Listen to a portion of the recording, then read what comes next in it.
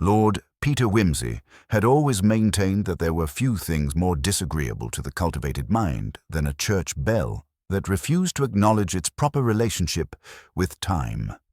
He was expounding upon this theme to his faithful manservant Bunter whilst examining the deplorable state of the breakfast marmalade at the Seahawk Inn, when Dr. Mortimer Ashford burst through the morning-room door with a sort of theatrical urgency that suggested either imminent apocalypse or, more likely, the discovery of something decidedly unpleasant in a place where unpleasant things had no business being discovered. "Lord Peter," gasped the good doctor, his usually immaculate morning coat bearing traces of what appeared to be brick dust and his ordinarily composed demeanour entirely abandoned. "Thank Providence you're still in Saltmere. There's been the most ghastly business at Greycroft Manor. Miss Cordelia Ashworth has been found, or rather, what remains of her has been found. And her diary, that confounded diary she's kept religiously for 30 years, ends abruptly in July." Wimsey, who had been contemplating the curious tendency of seaside establishments to serve marmalade of a consistency more suited to mortar than to toast, raised his monocle with the sort of mild interest one might display toward an unexpectedly articulate parrot. "Diaries," he observed thoughtfully, "possess an unfortunate habit of ending precisely when their authors discover they have nothing further to record. Rather like conversations at dinner parties, they expire from lack of nourishment, though I confess myself intrigued by the specificity of July, such a decisive month for abandoning one's literary obligations." Bunter, who had been arranging the morning correspondence with his customary precision, permitted himself the faintest elevation of an eyebrow, a gesture which, in his carefully calibrated emotional vocabulary, indicated profound interest tempered by professional discretion. "Begging your pardon, sir," Bunter murmured to Dr. Ashford, "but might one inquire as to the circumstances of the lady's discovery? The precise location and condition of remains often provide illuminating details for his lordship's consideration." Dr. Ashford accepted the chair that Bunter had somehow materialized behind him and the brandy that appeared, as if by benevolent magic, in his trembling hand. "It's the most extraordinary thing, Lord Peter. Miss Ashworth was supposed to have departed for Bath in late July, taking the waters, you understand, for her rheumatism. She left word with Mrs. Blackwood, her housekeeper, that she would be staying with her cousin, Lady Pemberton, for the remainder of the summer, but Lady Pemberton has been in Scotland since June, and Bath has no record of Miss Ashworth's arrival at any of the usual establishments." "How delightfully mysterious," murmured Wimsey. "And where, precisely, has Miss Ashworth been discovered in her, presumably, non-Bath-like condition?" "Behind the morning-room wall at Greycroft Manor," said Dr. Ashford, his voice dropping to a whisper that competed unsuccessfully with the crash of waves against the harbour wall below. The workmen were engaged to repair some damage from the winter storms. Dreadful damp had got into the panelling, and when they removed a section of the wainscoting, they found her, or what the intervening months have left of her. Wimsey set down his teacup with a sort of delicate precision that suggested profound thought, masquerading as casual gesture. "The morning-room, you say? How appropriately domestic. One assumes Miss Ashworth was not in the habit of concealing herself behind woodwork as a form of recreational activity." "Certainly not." Dr. Ashford's indignation briefly overcame his horror. Miss Cordelia was the most proper of ladies, devoted to her charitable works, her correspondence, and her garden. She had strong opinions about the proper arrangement of antimacassars and the correct pronunciation of Latin in church services. The very idea that someone might have. "Quite so," said Wimsey gently. "The transition from antimacassars to architectural concealment does seem rather abrupt, even for a lady of decided opinions. I take it the local constabulary has been informed?" "Inspector Bradshaw is at the manor now, along with the coroner. But, Lord Peter, there are aspects to this business that seem to require a more specialized understanding. Miss Ashworth's diary, for instance. The entries for July become increasingly agitated, almost illegible toward the end. And there are certain financial irregularities that have come to light. Matters involving the Saltmere Improvement Society, and some rather substantial sums that appear to have been misdirected. Whimsy rose from his chair with the fluid grace of a man who had just discovered an unexpectedly engaging puzzle. Financial irregularities, architectural mysteries, and a diary that expires in the dog days of summer. How perfectly classical. Bunter, my hat and stick, if you please. And perhaps the small magnifying glass. One never knows when one might encounter handwriting of an illuminating nature. The morning had turned grey and blustery, with the sort of wind that made the gulls sound like lost souls and set the rigging of the fishing boats to singing melancholy songs. Greycroft Manor stood on the cliff road above Saltmere, a Georgian house of modest pretensions that had been rendered considerably less modest by the addition of Victorian Gothic embellishments, pointed windows, elaborate stonework, and a tower that served no discernible purpose beyond providing the local ravens with an elevated perch from which to contemplate the moral failings of humanity. As they approached the front door, Whimsy paused to examine the brass nameplate, which bore the inscription "C. Ashworth" in letters of aggressive respectability. "Curious," he murmured, "how the dead continue to announce themselves long after they've ceased to be available for social calls." Inspector Bradshaw, a man whose solid competence was matched only by his profound suspicion of amateur detection, greeted Whimsy's arrival with the enthusiasm typically reserved for uninvited tax collectors. "Lord Peter," he said, with the sort of resigned politeness that suggested long experience with aristocratic interference. "I suppose, Doctor, Ashford has told you about our situation." "He has indeed, Inspector." A lady of impeccable reputation discovered in a state of architectural integration. Her diary terminated in July, and financial improprieties casting shadows over her otherwise spotless character. Quite the most stimulating puzzle Saltmere has provided in years. The morning room at Greycroft Manor possessed that peculiar atmosphere of genteel decay that seemed to permeate houses where elderly ladies had lived too long with insufficient company and excessive propriety. The wallpaper, a William Morris design of intertwining roses and thorns, had faded to the color of old tea, and the furniture bore that particular patina of respectability that comes from decades of careful dusting and careful living. The section of wainscoting that had been removed lay propped against the far wall, revealing a cavity that had clearly been intended for nothing more sinister than the accommodation of pipes and wiring. The remains within had been carefully extracted and removed, but the space itself retained an aura of violated privacy that made even Whimsy's habitually detached demeanor seem somehow more respectful. "The diary, Inspector?" Whimsy inquired, extending his hand with the sort of casual authority that made refusal seem churlish. The leather-bound volume that Inspector Bradshaw reluctantly produced was of the sort favored by ladies of a certain generation. Substantial, serious, and bound in Morocco leather of a deep burgundy that had darkened with age and handling. Whimsy opened it with the reverence due to any document that might contain the final thoughts of the dead. The entries for the early months of the year were precisely what one might expect from a lady of Miss Ashworth's character.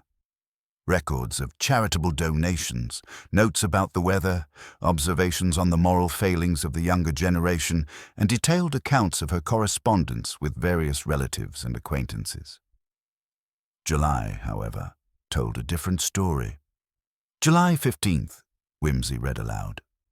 "Mrs. Blackwood grows increasingly impertinent about the household accounts. I have told her that my financial affairs are not her concern, but she persists in her inquiries. Most disagreeable." July 18th. "The auditors from the Improvement Society have requested additional documentation. I've explained that the records were damaged in the spring floods, but they seem disinclined to accept this explanation. Modern, Young men have no understanding of the difficulties faced by those who attempt to manage charitable funds with proper discretion. July 22nd. I fear my position has become untenable. The truth will emerge despite my best efforts, and the scandal will destroy everything I have worked to build. Perhaps it would be better if I were to disappear entirely. Bath, or perhaps somewhere more distant. Whimsy closed the diary and regarded Inspector Bradshaw with the sort of thoughtful expression that made experienced policemen reach instinctively for their notebooks. Most illuminating, Inspector. A lady of unimpeachable reputation discovers that her reputation is about to become decidedly impeachable and contemplates the benefits of geographical relocation. Yet instead of departing for Bath, she appears to have taken up residence behind her own morning-room wall. One wonders how she managed the transition. The coroner believes she may have taken her own life, Inspector Bradshaw said reluctantly. The cavity behind the paneling is large enough to accommodate a person of Miss Ashworth's slight build, and there are indications that she may have sealed herself in from the inside. How remarkably thorough of her, Whimsy observed, though one does wonder about the practical mechanics of the endeavor. Sealing oneself into a wall requires a certain degree of manual dexterity that seems inconsistent with the sort of despair that typically accompanies self-destruction. And then there's the question of the missing silver. Inspector Bradshaw's pen paused above his notebook. Missing silver, my lord? Mrs. Blackwood mentioned that several valuable pieces from Miss Ashworth's collection have disappeared. A Georgian tea service, some family candlesticks, and a rather fine salver that had been in the family for generations. Curious items for a lady to take with her on a journey to Bath, and even more curious for her to take into a wall cavity. Whimsy moved to the window and gazed out at the grey expanse of the channel, where the afternoon light was beginning to fail and the first lamps were being lit in the cottages below. I think, Inspector, that we shall find this case considerably more complex than a simple matter of financial embarrassment and architectural self-immurement. Miss Ashworth's diary may have ended in July, but I suspect her story continued rather longer than anyone has yet realized. As if summoned by his words, the sound of footsteps echoed in the hallway beyond, accompanied by the sort of urgent murmuring that suggested the arrival of news of considerable import. Inspector Bradshaw moved toward the door, but Whimsy remained at the window, his pale eyes fixed on something in the distance that only he could see. The game, as they say, is afoot, he murmured to himself, and his reflection in the darkening glass smiled back with the sort of anticipation that boded ill for whoever had thought themselves clever enough to murder Miss Cordelia Ashworth and conceal her behind her own morning-room wall. The footsteps resolved themselves into the measured tread of Mrs. Blackwood, whose formidable presence seemed to fill the morning-room with an aura of defensive propriety. She was a woman carved from the same unyielding Yorkshire stone as the manor's foundations, black bombazine dress crisp despite the day's revelations, starched white apron bearing witness to 37 years of meticulous household management. Her grey eyes swept over the assembled men with a sort of proprietorial grievance that suggested she viewed their presence as a personal affront to the natural order of things. "Inspector Bradshaw," she announced, her voice carrying the dry authority of autumn leaves. "Mr. Pembroke from Lloyd's Bank has arrived from London. He says there are urgent matters regarding Miss Ashworth's accounts that require immediate attention." Her gaze lingered briefly on the exposed cavity in the wall, then flicked away as if it were a particularly unsightly stain that proper housekeeping ought to have prevented. Behind her appeared a gentleman whose nervous energy seemed to crackle like static electricity in the dampening air. Mr. Pembroke possessed the sort of face that suggested a lifetime spent calculating compound interest and discovering that the sums rarely balanced in humanity's favor. His manner of dress indicated a man who understood that respectability was a commodity requiring constant maintenance, and his obvious distress suggested that Miss Ashworth's affairs had proven considerably less respectable than her reputation might have indicated. "Lord Peter," Mr. Pembroke began, after the necessary introductions had been performed with the sort of hasty courtesy that urgent business demands. "I fear I must speak plainly about Miss Ashworth's financial situation. The irregularities are considerably more serious than mere bookkeeping confusion." Wimsey settled himself beside the fireplace with the languid grace of a man preparing to savor a particularly fine vintage of scandal. "Pray continue, Mr. Pembroke. I find that financial irregularities, like aged wine, often improve with proper aeration. Miss Ashworth served as treasurer of the Saltmere Improvement Society for 15 years, Mr. Pembroke explained, his voice taking on the careful modulation of a man delivering news certain to be poorly received. Approximately £3,000 have been diverted from the Society's accounts over the past 18 months. The diversions were skillfully concealed through false entries and fabricated expenses, but our recent audit has revealed the full extent of the creative accounting. Mrs. Blackwood's rigid posture seemed to stiffen further, if such a thing were possible. Miss Ashworth was a lady of the highest principles, she declared, though her voice carried a note of defensive uncertainty. Whatever irregularities may have come to light, I'm certain there's a perfectly reasonable explanation. Indeed, murmured Wimsey, his pale eyes brightening with the sort of interest that made experienced criminals reach for their lawyers. £3,000 represents a considerable sum. One wonders what pressing need might have inspired such entrepreneurial bookkeeping.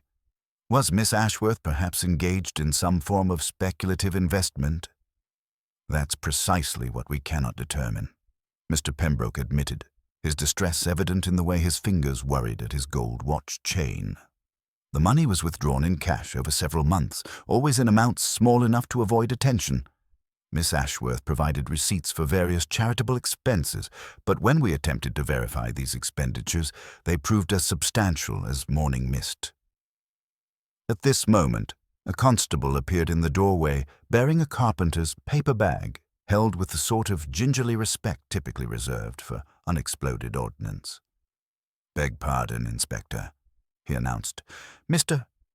Pottle, the joiner what removed the panelling, he sent these along.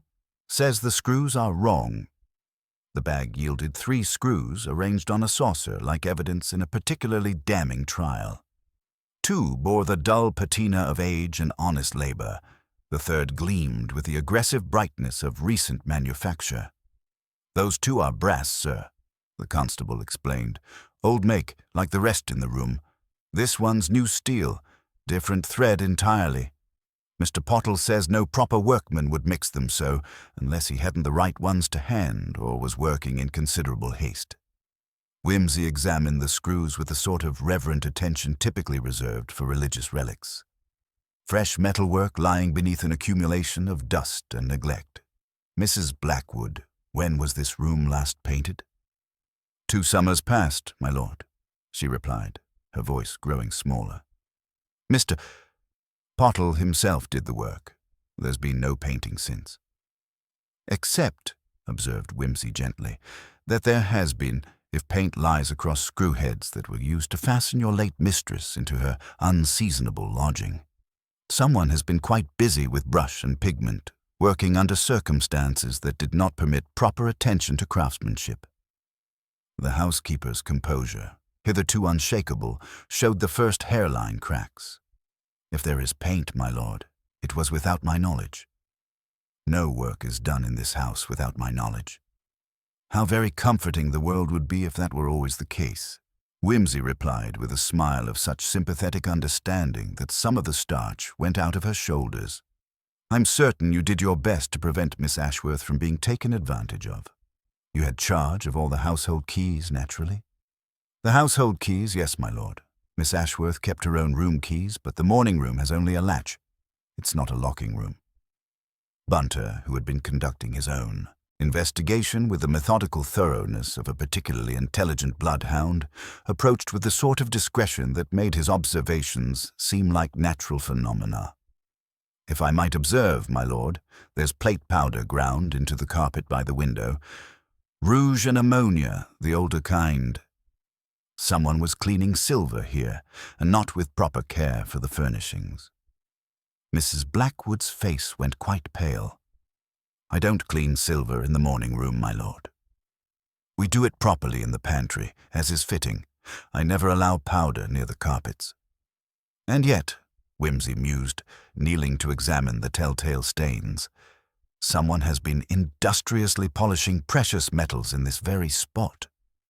"Mrs. Blackwood, I don't suppose you could enlighten us regarding the current whereabouts of Miss Ashworth's Georgian tea service, and the family candlesticks, and that rather fine salver that had been in the family for generations?" The question struck home with the precision of a well-aimed arrow.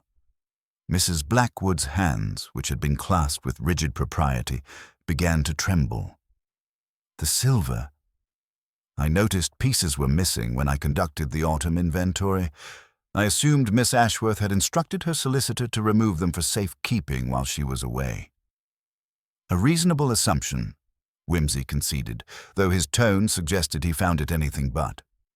"Though one wonders why a lady departing for Bath would require her most valuable silver to accompany her on what was ostensibly a therapeutic journey."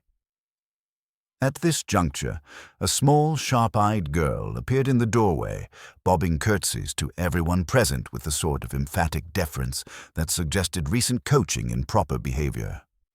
This was Ivy, the second housemaid, whose nervous energy seemed to vibrate like a tuning fork struck against hard reality. "Please, my lord," she ventured, addressing herself to Whimsy with the air of one confessing to crimes against nature.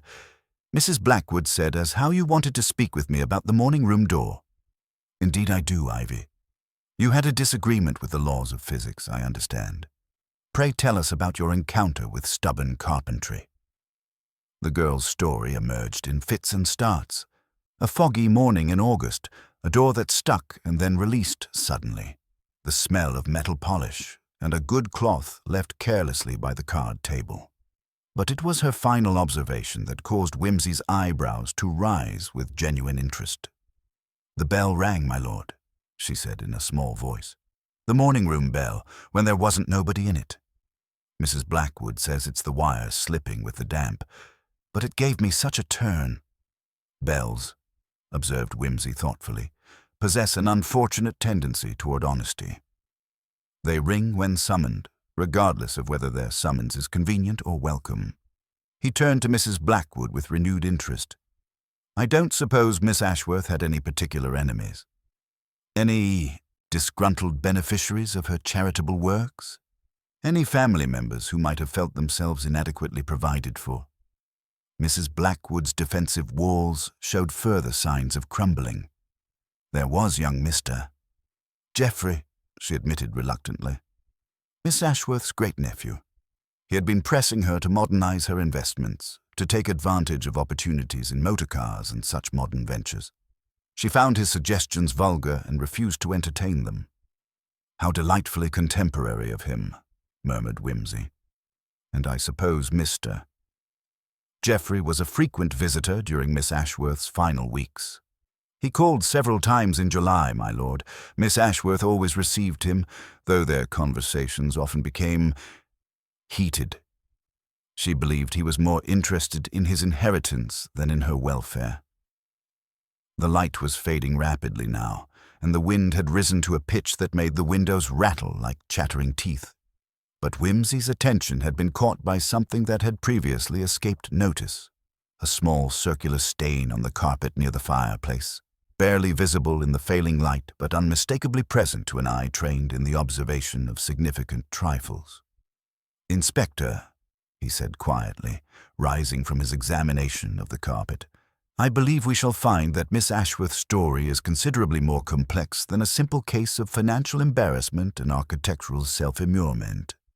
Someone has taken considerable trouble to create the impression of suicide, but the evidence suggests we are dealing with a mind considerably more devious than that of a desperate embezzler." He moved to the window, gazing out at the grey expanse of the channel where the first lamps were beginning to twinkle in the cottages below. "Mrs. Blackwood, one final question, if you please. On the morning you discovered Miss Ashworth's supposed departure for Bath, Was the morning-room door locked? Why, yes, my lord. Miss Ashworth always kept that room locked when not in use. She was most particular about her privacy. And who, besides Miss Ashworth herself, possessed a key to that room? The housekeeper's face had gone quite pale in the lamplight. Only myself, my lord. Miss Ashworth entrusted me with the complete set of household keys when I first entered her service. Wimsey smiled with the sort of gentle satisfaction that suggested the first pieces of a complex puzzle were beginning to arrange themselves into a recognizable pattern. "How very convenient," he murmured, "and how very illuminating indeed." The wind chose that moment to send a particularly violent gust against the windows, and somewhere in the house a bell began to ring, with a sort of insistent clamor that suggested urgent business requiring immediate attention. But Wimsey's pale eyes remained fixed on Mrs. Blackwood's increasingly troubled countenance, and his expression suggested that the most urgent business of all was only just beginning to reveal itself. The clamorous bell proved to be the front door, announcing the arrival of a motor car that could be heard laboring up the cliff road with the sort of mechanical distress that suggested either poor maintenance or considerable urgency. Through the rain-streaked windows, the assembled company observed a young man emerge from what appeared to be a rather battered Morris, his movements sharp with the sort of nervous energy that accompanies either genuine distress or carefully rehearsed performance. Geoffrey Ashworth entered the morning-room like a man stepping onto a stage where the script had been altered without his knowledge. He possessed the aggressively modern appearance that seemed calculated to offend elderly relatives. His hair brilliantined to an unnatural sheen, his suit cut in the fashionable American style that prioritized dash over dignity. His tie bore a miniature aeroplane pin that caught the lamplight with inappropriate cheerfulness, and his manner suggested the sort of restless ambition that found traditional English reserve both incomprehensible and commercially disadvantageous. "Inspector Bradshaw!" he exclaimed, his voice carrying precisely the right note of shocked grief, though Wimsey's experienced ear detected the faint hollowness that accompanies well-rehearsed emotion. "I came as soon as I received word from the village. This is absolutely ghastly. Poor Aunt Cordelia. To think that she's been—" His voice faltered as his gaze fell upon the violated wall, and his complexion assumed the greenish pallor typically associated with rough channel crossings or guilty consciences. "Mr. Ashworth," Inspector Bradshaw acknowledged, his manner brightening with the satisfaction of a man whose suspicions were about to be gloriously confirmed. "We were just discussing your aunt's final weeks. Your assistance with certain details would be most valuable." Geoffrey's attention, however, had shifted to Wimsey's presence, and his expression registered the sort of nervous recognition that suggested familiarity with newspaper accounts of aristocratic detection. "Lord Peter Wimsey!" "I hadn't expected. That is, surely this hardly seems the sort of case requiring your particular expertise." "On the contrary," Wimsey replied, examining Geoffrey's aeroplane pin with the sort of mild interest one might display toward an exotic but potentially venomous insect. "I find that cases involving architectural mysteries, missing silver, and financial irregularities often provide the most stimulating intellectual exercise. Your aunt appears to have been a lady of considerable complexity." "Aunt Cordelia." "Complex?" Geoffrey's laugh carried a note of bewilderment that seemed entirely genuine. "Lord Peter, she was the most straightforward person imaginable, devoted to her charities, her correspondence, and her rather rigid notions of proper behavior. The idea that she might have been involved in anything irregular is simply preposterous." Mrs. Blackwood, who had been observing this exchange with the sort of rigid attention that suggested she was memorizing every word for future reference, permitted herself a slight sniff of disapproval. Her expression indicated that she found Geoffrey's casual dismissal of his aunt's character both presumptuous and revealing. "And yet," observed Wimsey gently, £3,000 of the Improvement Society's funds have taken an unauthorized holiday, and your aunt's diary suggests she was aware that discovery was imminent. Mrs. Blackwood has mentioned that you visited frequently during July, pressing your aunt to modernize her investment portfolio. Geoffrey's face flushed with indignation, though whether at the accusation or at being caught in an uncomfortable truth remained unclear. I was attempting to help her. Aunt Cordelia's investments were hopelessly antiquated. Railway shares and government bonds yielding barely 3% when there were opportunities in motor manufacturing and wireless technology that could have doubled her income within 2 years. How thoughtfully modern of you, Whimsy murmured. And I suppose your aunt was grateful for this enlightened guidance. She was impossible. Geoffrey's carefully maintained composure cracked, revealing the frustration beneath.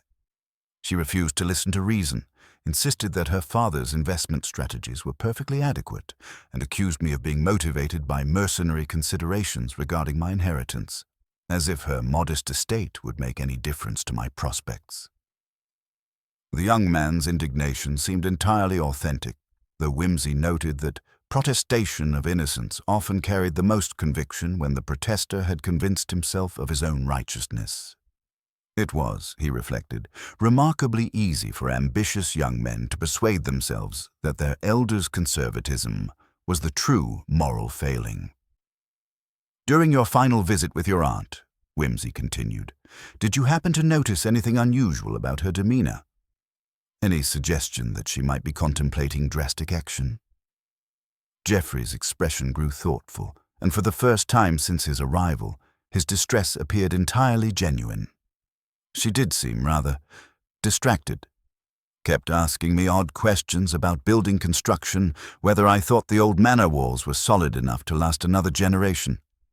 I assumed she was concerned about maintenance costs. But now... He gestured helplessly toward the exposed cavity. Building construction, repeated Whimsy with delicate emphasis. How remarkably prescient of her. Did she express any particular interest in the morning room's structural integrity? She mentioned hearing odd sounds, creaking and settling, she called it. Said the winter storms had loosened something in the walls. I suggested she engage a proper surveyor, but she insisted that Pottle could handle any necessary repairs. At this moment, Bunter approached with the sort of deferential discretion that made his observations seem like natural phenomena. If I might venture a comment, my lord, there's evidence of recent disturbance in the carpet pattern near the wall. The pile has been pressed down in a manner consistent with heavy objects being moved across it. Heavy objects, mused Whimsy, such as, perhaps, a lady of Miss Ashworth's proportions. Or, alternatively, objects of considerable value that might require careful transportation. The 3 screws that the constable had delivered earlier lay upon their saucer, like evidence in a particularly damning trial. Whimsy examined them with the reverence typically reserved for religious relics, noting how 2 bore the dull patina of honest age, while the 3rd gleamed with aggressive newness. Fresh metalwork lying beneath an accumulation of dust and neglect, he observed. Someone has been quite busy with carpentry, working under circumstances that did not permit proper attention to craftsmanship. He looked meaningfully at Geoffrey. You mentioned your final visit was around the 25th or 26th of July. Can you be more precise? Geoffrey shifted uncomfortably. The 23rd, I believe. Had a rather heated discussion, I'm afraid. She was quite adamant about not touching her investments. Said she'd rather die than see her money squandered on my harebrained schemes. Dramatic, you know. Always was. He offered a weak chuckle. I left shortly after. Had to catch the 3:17 to London. Business appointments in Birmingham. And you drove to the station? Inspector Bradshaw pressed, his pencil poised above his notebook with the eager anticipation of a man about to record a confession. No, drove the Morris to Exeter, then took the express. Much quicker route. Geoffrey's answer came too quickly, with the sort of practiced precision that suggested frequent repetition. Whimsy moved to examine the bell-board that Bunter had discovered, where the wooden pointers quivered with resentful energy. Mrs. Blackwood, you mentioned that the morning room bell has been ringing without cause. Ivy heard it during her cleaning duties. The wires are old, my lord. Mrs. Blackwood replied, though her voice carried a note of defensive uncertainty. "The damp gets into everything in these old houses." "Indeed it does," Wimsey agreed, running his finger along a suspicious splice in the wiring. "Though one wonders why someone would go to the trouble of redirecting the morning room signal to register as a library call. Most ingenious, a summons from a room that no longer exists, answered by someone who believes they're responding to an entirely different location." Geoffrey watched this examination with growing bewilderment. "I'm sorry, but what has bell wiring to do with Aunt Cordelia's death? Surely the important matter is discovering who took advantage of her financial difficulties." "On the contrary," Wimsey replied, "I find that domestic mechanisms often tell the most illuminating stories. A bell that rings when no one pulls the cord, screws that don't match their neighbors, paint applied over dust that should have been cleaned away. These details suggest a mind capable of considerable forethought and planning." The wind outside had risen to a howl that made the windows strain against their frames. The drumming of rain against the glass provided an appropriately dramatic accompaniment to the inspector's growing satisfaction. Here was a clear suspect with obvious motive, heated arguments with the deceased, and convenient alibis that would doubtless prove as substantial as morning mist when properly examined. "Mr. Ashworth," Inspector Bradshaw announced with official gravity, "I'm afraid you won't be departing for London just yet. We'll need you to remain in Saltmere for further questioning, and I'll require a detailed account of your movements from the 20th of July onwards, including the names and addresses of these Birmingham associates." Geoffrey's face went pale with genuine shock. "But this is preposterous. I loved Aunt Cordelia. In my own way, I wouldn't harm a hair on her head. This is all some ghastly misunderstanding." "The wheels of justice," Wimsey observed with sympathetic detachment, "like those of a well-maintained motor car, often grind slowly but rarely fail to reach their destination. One trusts your itinerary will prove robust under examination." As Inspector Bradshaw led the now thoroughly agitated young man away for formal questioning, Wimsey remained in the morning room, his pale eyes fixed on the exposed cavity with the sort of thoughtful concentration that made experienced criminals reach for their solicitors. "An excellent motive. Wouldn't you agree, Bunter?" he murmured. "Financial desperation, a history of conflict and alibis that seem just a little too convenient." "Indeed, my lord," Bunter replied, carefully adjusting a lampshade that had been disturbed during the evening's revelations. "Though one might observe that Mr. Geoffrey's distress appeared rather genuine. Perhaps he is merely a clumsy liar caught in circumstances beyond his control. Or perhaps," Wimsey mused, turning the new screw over in his fingers, "he is merely a clumsy individual caught in a net not entirely of his own making. The inspector, I imagine, is quite pleased. A clear suspect, a financial motive, and the convenient disappearance of valuable silver. All very neat and tidy." He paused, his expression growing thoughtful. "Almost too neat, one might say." The evening had deepened around Greycroft Manor, casting long shadows that seemed to dance with malevolent purpose in the flickering lamplight. Somewhere in the depths of the house, a faint metallic sound echoed. Perhaps a door closing, perhaps something more significant.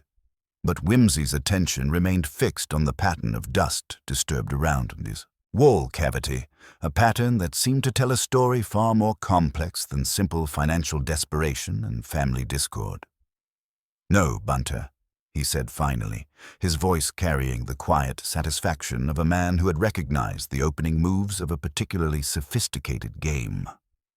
"Our Mr. Geoffrey, while undeniably a cad and a bore, strikes me as a man of rather too little imagination for a crime of this particular theatricality. The stage, I fancy, has been set by someone with a far more subtle appreciation for dramatic effect." The red herring had arrived and been duly netted by the eager inspector. Now, as the storm raged outside and the ancient manor settled into its nighttime rhythms, the real hunt could begin in earnest. The departure of Geoffrey Ashworth and Inspector Bradshaw, left a peculiar silence in the morning room, broken only by the persistent drumming of rain against the window panes and the sort of expectant hush that seemed to suggest the house itself was holding its breath. Mrs. Blackwood remained by the doorway, her rigid posture betraying an internal struggle between the desire to flee and the compulsion to maintain her vigil over domestic propriety. Wimsey, however, appeared entirely at ease with the atmospheric tension. He moved to examine the bellboard more closely, his pale fingers tracing the suspicious splice in the wiring that Bunter had discovered earlier. "Most ingenious," he murmured, noting how the tarred twine had been bound with what appeared to be a clove-hitch knot. Someone with maritime experience, one might venture. Saltmere being a coastal community, such expertise would not be uncommon. "Mrs. Blackwood," he continued, turning to face the housekeeper with that peculiar combination of courtesy and relentless inquiry that made evasion seem both impossible and ungentlemanly. "You mentioned engaging a pianoforte tuner in August. A Mr. Sykes, I believe." The effect of this seemingly innocent question was immediate and telling. Mrs. Blackwood's hands, which had been clasped with defensive propriety, began to tremble with barely perceptible motion. "Yes, my lord. The damp affects the instrument terribly. Miss Ashworth was most particular about maintaining it properly." "Naturally. And this Mr. Sykes, you engaged him personally?" "Aye. That is, he was recommended by someone in the village. I cannot recall precisely whom." Her voice carried the sort of careful uncertainty that suggested a story rehearsed but not entirely believed by its teller.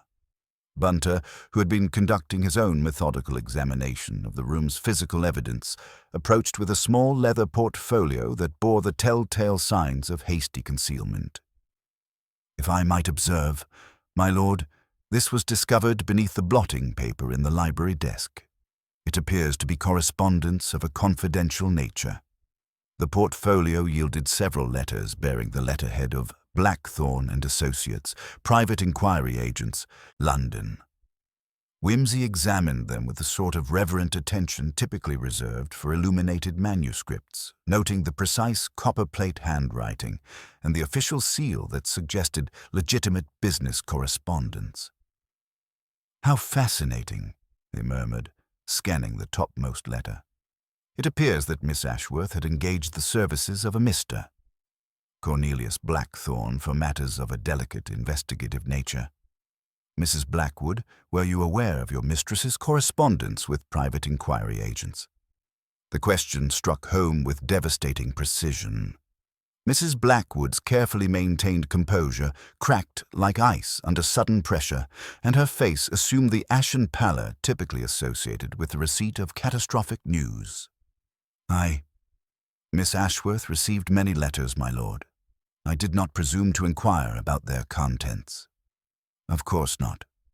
Though one imagines that letters bearing such distinctive letterheads might have attracted notice." Wimsey continued reading, his eyebrows rising with genuine interest. "Mr. Blackthorne's services appear to have been engaged for the investigation of household irregularities. Most intriguing." The silence that followed stretched with uncomfortable tension while outside the storm continued its assault on the ancient manor. Somewhere in the house, a door creaked with the sort of plaintive sound that suggested either settling timbers or the movement of someone attempting to avoid detection. "Mrs. Blackwood," Wimsey said gently, "I believe the time has come for complete honesty. Miss Ashworth suspected theft within her own household, did she not?" The housekeeper's defensive walls, already weakened by the evening's revelations, finally showed signs of complete capitulation. She had noticed items going missing. Small things at first, a piece of jewelry, a silver spoon. Nothing that couldn't be explained by simple misplacement. But the disappearances continued. They escalated, my lord. More valuable pieces began to vanish. The Georgian candlesticks, several pieces from the tea service. Miss Ashworth became convinced that someone with intimate knowledge of the household was systematically looting her possessions. Whimsy moved to examine the bellboard once more, noting how the morning room signal had been ingeniously redirected to register as a library call. And Mr. Blackthorne's investigation confirmed these suspicions. Mrs. Blackwood's voice dropped to barely above a whisper. His final report arrived on the morning of July 24th. Miss Ashworth read it in the library, then locked herself in her room for the remainder of the day. She refused to see anyone, refused even her meals. The report identified the culprit. It provided evidence that the thief was someone with complete access to the house, someone who possessed keys to every room and understood the precise value of each stolen item. Her hands shook as she attempted to maintain her composure. Someone whose position of trust made suspicion virtually impossible. The implications of this revelation hung in the air like incense in a cathedral. Heavy, pervasive, and impossible to ignore. Whimsy's pale eyes fixed on Mrs. Blackwood with the sort of gentle attention that made confession seem like a form of therapeutic relief. She confronted you, didn't she, Mrs. Blackwood? The admission came like water through a broken dam. On the morning of the 24th. Said she knew everything, had proof of everything. Said she was going to Bath to decide whether to prosecute or simply dismiss me without references. And you persuaded her that neither course of action was necessary. I begged her to reconsider, explained that my sister's medical expenses had driven me to desperation, that I never intended for the situation to continue so long. She was not entirely unsympathetic, said she would consider the matter during her time away. Whimsy moved to the window, gazing out at the grey expanse of the channel where the storm clouds gathered with ominous purpose. But she never departed for Bath, did she, Mrs. Blackwood? The housekeeper's silence stretched like a taut wire in the lamplight. Outside, the wind rose to a howl that made the entire manor seem to shudder with sympathetic distress, and somewhere in the depths of the house, the sound of breaking crockery echoed with the sort of finality that suggested more than mere domestic accident. The pianoforte tuner, who was not a pianoforte tuner, Whimsy continued thoughtfully, the bell rewired to prevent inconvenient summons, the trunk that departed while its supposed owner took up residence behind the morning room wall. Someone has taken considerable trouble to create an elaborate theatrical performance, Mrs. Blackwood. The question that remains is whether you were the director of this drama or merely another unwitting performer. Mrs. Blackwood's face had gone quite pale in the failing light, and her breathing had become labored with the sort of distress that suggested secrets of considerable magnitude struggling against the constraints of long-maintained discretion. The storm outside seemed to echo her internal turmoil, and when she finally spoke, her voice carried the weight of confession long delayed. "I am not a murderer, my lord," she whispered, though her tone suggested she was no longer entirely certain of her own innocence. "Whatever else I may have done, whatever desperate measures I may have taken, I would never have harmed Miss Ashworth. She was like family to me." Whimsy smiled with the sort of gentle understanding that made even the most hardened criminals feel compelled to unburden themselves completely. "I'm certain you wouldn't, Mrs. Blackwood. But someone did. Someone who understood that suspicion would naturally fall upon you. Someone who took advantage of your vulnerable position to orchestrate a crime of considerable sophistication." The realization struck Mrs. Blackwood with visible force, and for the first time since the evening's revelations began, her expression showed something approaching hope. "You mean, you believe someone else?" "I believe," said Whimsy, his pale eyes brightening with the sort of interest that made experienced criminals reach for their solicitors, "that we are dealing with a mind considerably more devious than that of a desperate housekeeper driven to petty theft. The question now is to determine who possessed both the opportunity and the imagination to orchestrate such an elaborate deception." As if summoned by his words, the sound of an approaching motor car could be heard laboring up the cliff road, its engine notes suggesting either mechanical distress or considerable urgency. Through the rain-streaked windows, they observed a figure emerging from what appeared to be a rather elegant Bentley, moving with a sort of purposeful haste that suggested news of considerable import. Whimsy's expression grew thoughtful as he watched the approaching figure. "It appears, Mrs. Blackwood, that our evening of revelations is far from concluded. I suspect we are about to receive a visitor whose arrival will shed considerable light on the true nature of Miss Ashworth's final weeks."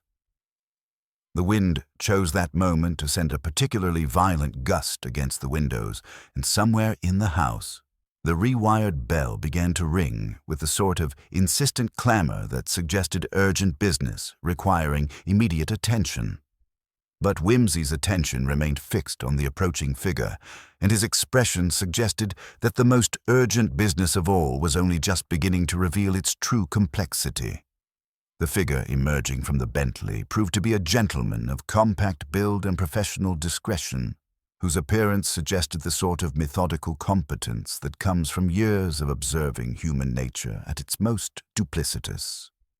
He presented his card with the economy of motion characteristic of a man long accustomed to placing uncomfortable facts before uncomfortable people. "Cornelius Blackthornne," Whimsy read without surprise, examining the embossed letterhead with genuine interest. "Private inquiry agent.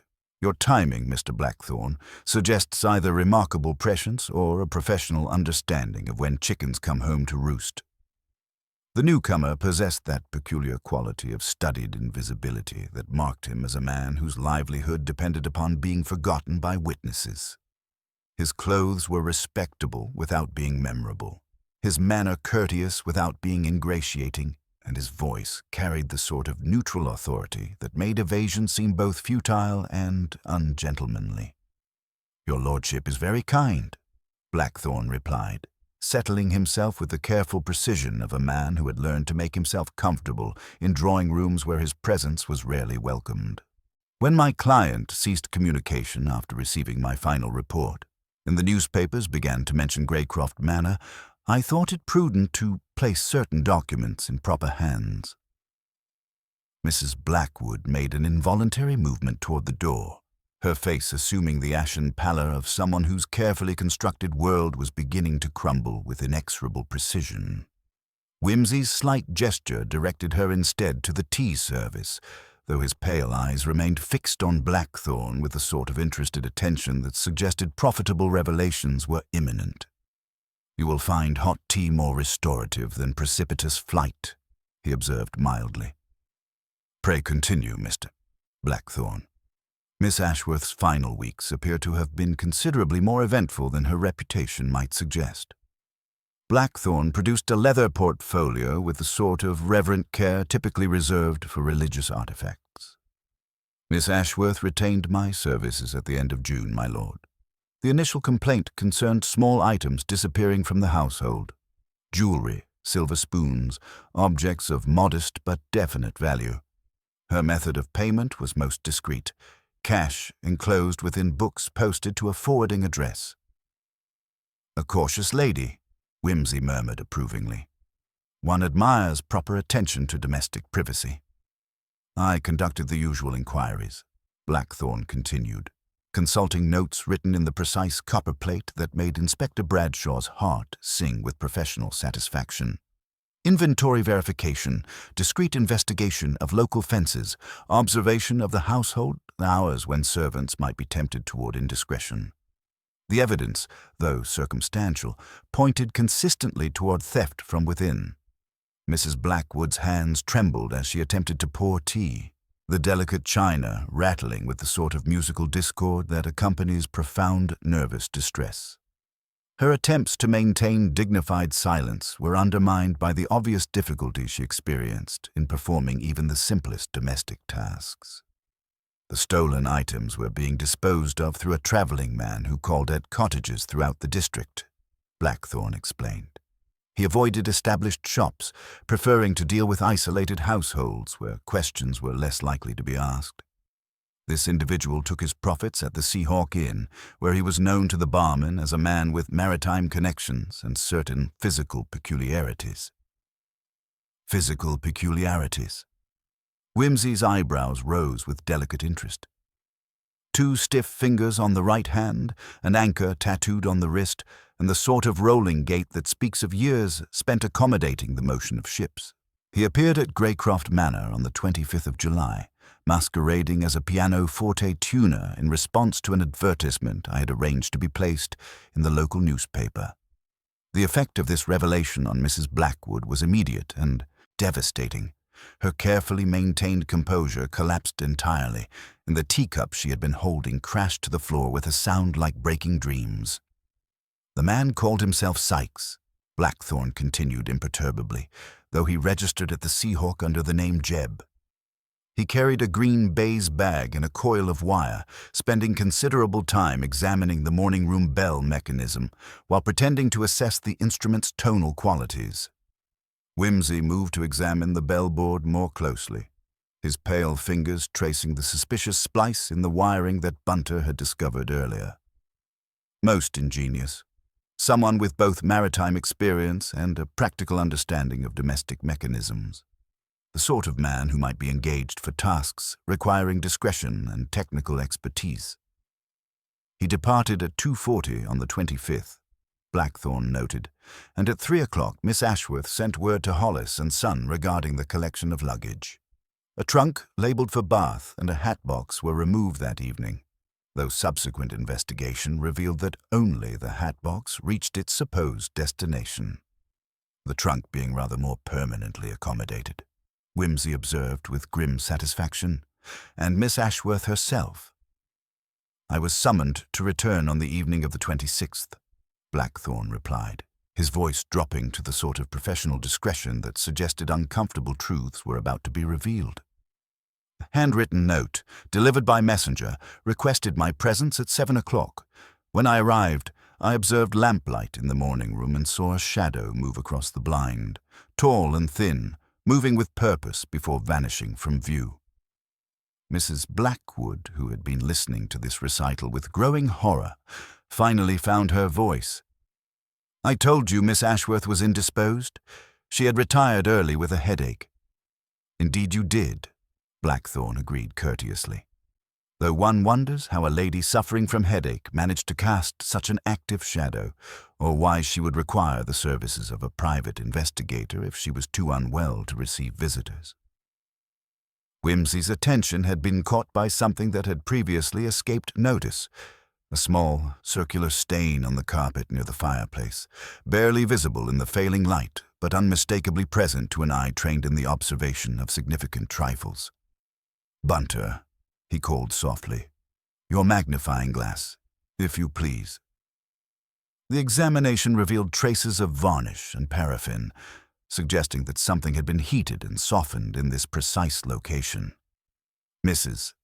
Blackwood," Whimsy inquired gently, "what ornament typically stood here?" "The photograph of Miss Ashworth's brother," she whispered, her voice barely audible, "in the silver frame with the gadroon edge. But we moved it to the library when the sun became too strong." "Moved by whom, precisely? And when?"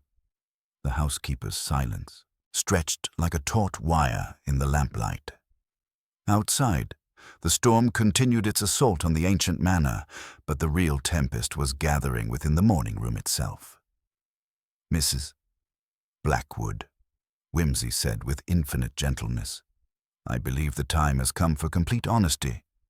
Miss Ashworth discovered your theft, confronted you with Mr. Blackthornne's evidence and threatened prosecution. What happened next?" The confession, when it came, emerged like water through a broken dam. She said she was going to Bath to consider her options. Said she might be willing to accept restitution rather than pursue criminal charges, but only if I could provide complete accounting of everything I had taken. "And you engaged Mr. Sykes to assist with this accounting?" "I was desperate, my lord. My sister's medical expenses, the debts that kept mounting, I never intended for it to continue so long. When Miss Ashworth discovered the truth, I thought if I could recover the stolen items, make proper restitution. But Mr. Sykes had other ideas. Mrs. Blackwood's face crumpled with the weight of secrets too long carried. "He said there was another way. Said Miss Ashworth need never return from Bath if the arrangements were made properly. Said no one would ever question the suicide of an elderly lady facing financial scandal." The implications of this revelation settled over the room like a shroud. Whimsy's pale eyes fixed on Mrs. Blackwood with the sort of compassionate attention that made confession seem like absolution. "But you are not a murderer, Mrs.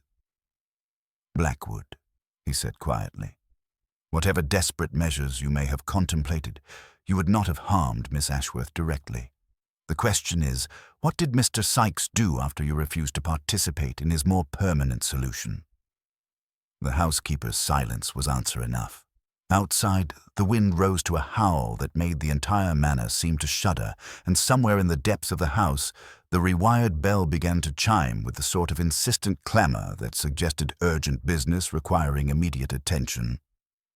"I see," Whimsy murmured, rising to examine the exposed wall cavity once more. "Mr.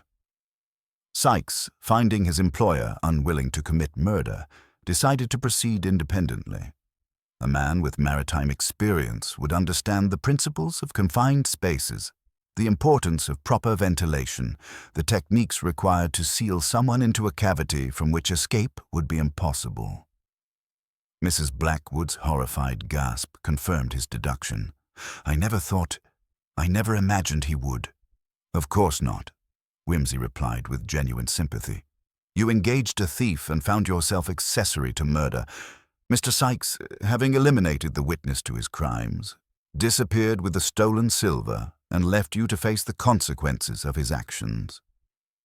The storm outside seemed to pause, as if the very elements were waiting to hear the final revelation. When Whimsy spoke again, his voice carried the quiet authority of a man who had assembled all the pieces of a complex puzzle. "The question now, Mrs. Blackwood, is whether you can provide us with sufficient information to locate Mr. Sykes before he disappears entirely. A man with maritime connections, physical peculiarities, and a talent for theatrical deception should not be impossible to trace, particularly if he has retained Miss Ashworth's Georgian silver as souvenirs of his handiwork." As if summoned by his words, the sound of approaching footsteps echoed in the hallway, accompanied by Inspector Bradshaw's voice, raised in professional satisfaction. But Whimsy's attention remained fixed on Mrs. Blackwood's increasingly desperate countenance, and his expression suggested that the most dangerous phase of the investigation was only just beginning. "The game," he murmured to himself, "grows more complex with each revelation. But complexity, properly analyzed, often reveals the simplest truths of all." Inspector Bradshaw's return brought with it the sort of methodical satisfaction that accompanies the discovery of evidence perfectly suited to support one's investigative theories, though his expression suggested that the evidence was proving rather more complex than initially anticipated. His notebook bulged with testimonies and observations, and his manner carried the weight of a man who had spent the evening confirming some suspicions while discovering others that demanded considerable revision of his original assumptions. "Most illuminating interviews," he announced, settling himself with the comfortable authority of a man whose case was proceeding, if not exactly as anticipated, then at least with measurable progress. Young Mr. Ashworth's movements proved rather more complex under examination. His Birmingham associates confirmed no meetings on the dates in question, and while he did purchase a ticket to London on the 23rd, the conductor's recollections are inconsistent. Whimsy, who had been contemplating the curious pattern of dust disturbance around the wall cavity, turned with a sort of mild interest that made experienced policemen reach instinctively for additional evidence. How delightfully ambiguous of the railway staff, though one wonders whether such inconsistencies spring from poor memory or from the sort of social invisibility that accompanies travelling in third-class compartments. "There's more substantial evidence from the Seahawk Inn," Inspector Bradshaw continued, consulting his notes with growing satisfaction. "The barman, Perkis, recalls our friend Jebb drinking with a man called Tom Pell, assistant at Hollis and Son, Pell failed to report for duty on the morning of the 27th, returning the following day with a black eye and explanations about a sick aunt in Budley. Mrs. Blackwood's hands trembled as she attempted to maintain her composure, the implications of this revelation striking her with visible force. The network of deception was proving far more extensive than her desperate arrangement with a single criminal. Tom Pell, Whimsy mused, his pale eyes brightening with interest. The missing link in our trunk's mysterious journey from Goods Yard to oblivion. One imagines the half-sovereign Mr. Jeb paid for his passage to Torcombe. Bay was merely the first installment of a more comprehensive remuneration. Blackthornne consulted his own notes with professional precision. I've made inquiries about this shepherd's hut above the village. A gentleman has been camping there since early July, well-dressed, clean-shaven, claiming to be writing a book about coastal birds. The postman described him as methodical in his habits, walking the cliff path each morning with field glasses and a notebook, always polite when encountered. A naturalist with an interest in domestic architecture, Whimsy observed with delicate irony. How remarkably convenient that his ornithological studies required such detailed observation of Greycroft Manor's daily rhythms. The pieces of evidence were beginning to arrange themselves with the sort of inexorable logic that made Whimsy's reputation for detection seem almost supernatural. A man masquerading as a naturalist, conducting systematic surveillance while preparing for a crime that required intimate knowledge of household routines and personal vulnerabilities. Mrs. Ratip. Blackwood, Whimsy said gently. I believe the time has come for complete honesty about your final conversation with the man you knew as Sykes. When he proposed his permanent solution to Miss Ashworth's threatened prosecution, did he specify the method? The confession, when it came, emerged with the sort of halting precision that accompanies the reconstruction of traumatic memory. He said the perfect place was already prepared, my lord. He indicated the wall, the cavity where she was found. Said it was perfectly soundproof, and once sealed, no one would ever hear anything. Bunter, who had been conducting his own methodical examination of the room's physical evidence, approached with a sort of deferential discretion that made his observations seem like natural phenomena. If I might observe, my lord, the inner wall where the cavity is located appears to be of double brick construction with a considerable air gap, most unusual for a domestic residence. The workmen also noted felt lining inside the cavity and traces of charcoal dust in the lower section. Felt and charcoal, Whimsy murmured, his understanding deepening with each revelation. Excellent sound dampeners. So our friend Mr. Jeb was not merely a casual opportunist, but a man with specialized knowledge of acoustics and concealment. The sort of expertise that suggests either professional training or considerable experience in matters requiring absolute discretion. Inspector Bradshaw produced a small evidence bag containing tobacco residue. Purkis mentioned that Jeb left behind a paper twist of tobacco crumbs on the bar, an unusual blend, Turkish mixed with dark navy twist. Not common in these parts. Oriental plug cut with navy twist, Whimsy noted, examining the sample with interest. An expensive taste for a man claiming to be a simple piano tuner. If we trace the tobacconist, we may well trace our man. Mrs. Blackwood's voice, when she finally spoke again, carried the weight of guilt too long, carried. On the evening of the 24th, I heard voices from the morning room, Miss Ashworth and that man. They were discussing money, arrangements for travel. Then silence for perhaps 20 minutes, followed by the sound of something heavy being moved and the noise of tools, hammering, very quiet and careful. But you didn't investigate, Whimsy inquired with infinite gentleness. I was afraid, my lord. Afraid of what I might discover, afraid of becoming further involved. I remained in my room until morning, when I found Miss Ashworth's note explaining her departure for Bath. A note written in her distinctive hand, authenticated with her personal seal, Whimsy observed, noting the circular stain on the carpet where varnish and paraffin had been heated to soften sealing wax. Our Mr. Jebb possessed remarkable versatility. Surveillance, acoustics, forgery, and the sort of theatrical imagination that could orchestrate an elaborate deception while ensuring that suspicion would fall upon others. The storm outside seemed to pause, as if the very elements were waiting to hear the next revelation. When Wimsey spoke again, his voice carried the quiet authority of a man who had recognized the true scope of the crime they were investigating. "We are not dealing with a simple case of theft escalated to murder," he announced with growing conviction. "We are confronting a carefully orchestrated campaign of deception, executed by someone who understood that the best way to commit the perfect crime was to ensure that multiple suspects would present themselves naturally to the authorities." Blackthornne nodded with professional appreciation. The plan required intimate knowledge of Miss Ashworth's habits, her handwriting, her household arrangements, her financial difficulties, and her relationships with both her great-nephew and her housekeeper. Someone had been conducting systematic observation for weeks, perhaps months.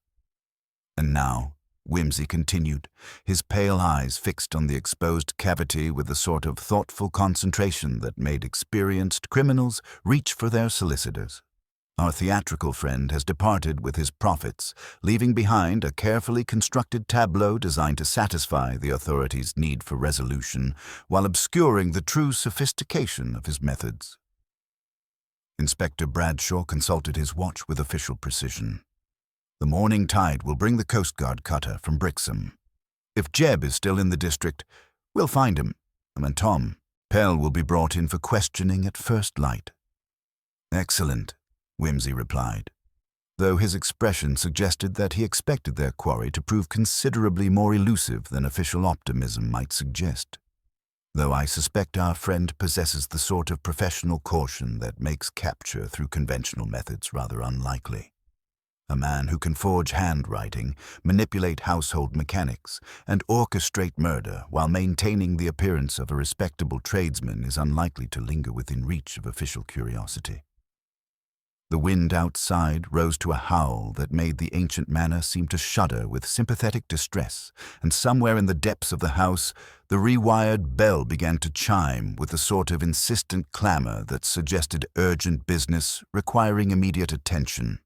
But Wimsey's attention remained fixed on the pattern of evidence that was beginning to reveal a crime of far greater sophistication than anyone had yet imagined. "The question now," he murmured, "is not simply who killed Miss Ashworth, but who possessed both the imagination to conceive such an elaborate deception and the technical expertise to execute it flawlessly.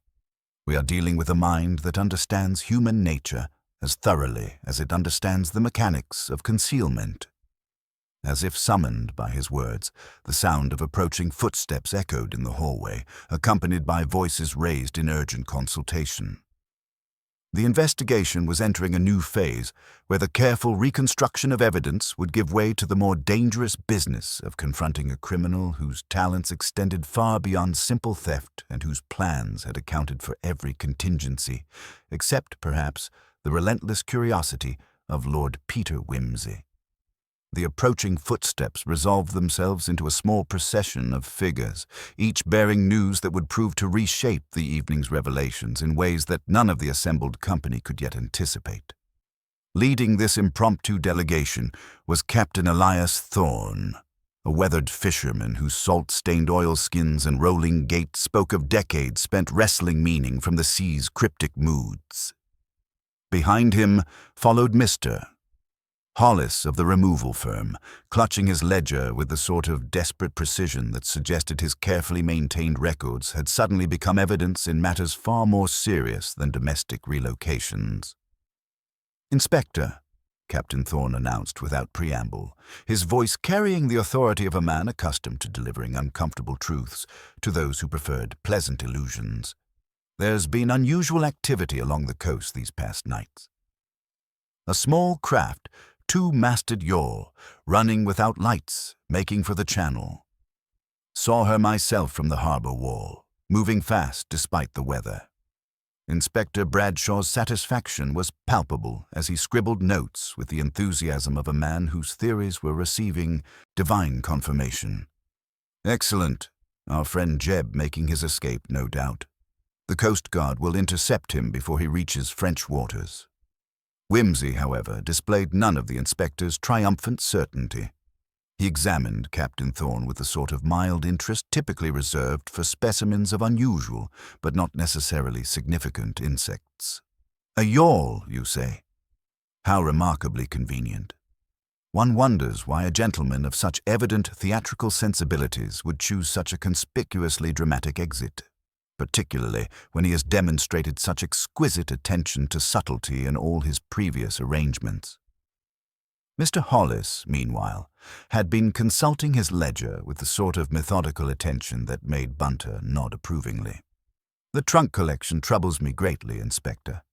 My man Pell swears he delivered both items to the railway goods yard as instructed, but the station master has no record of any trunk consigned to Bath on the 25th or 26th.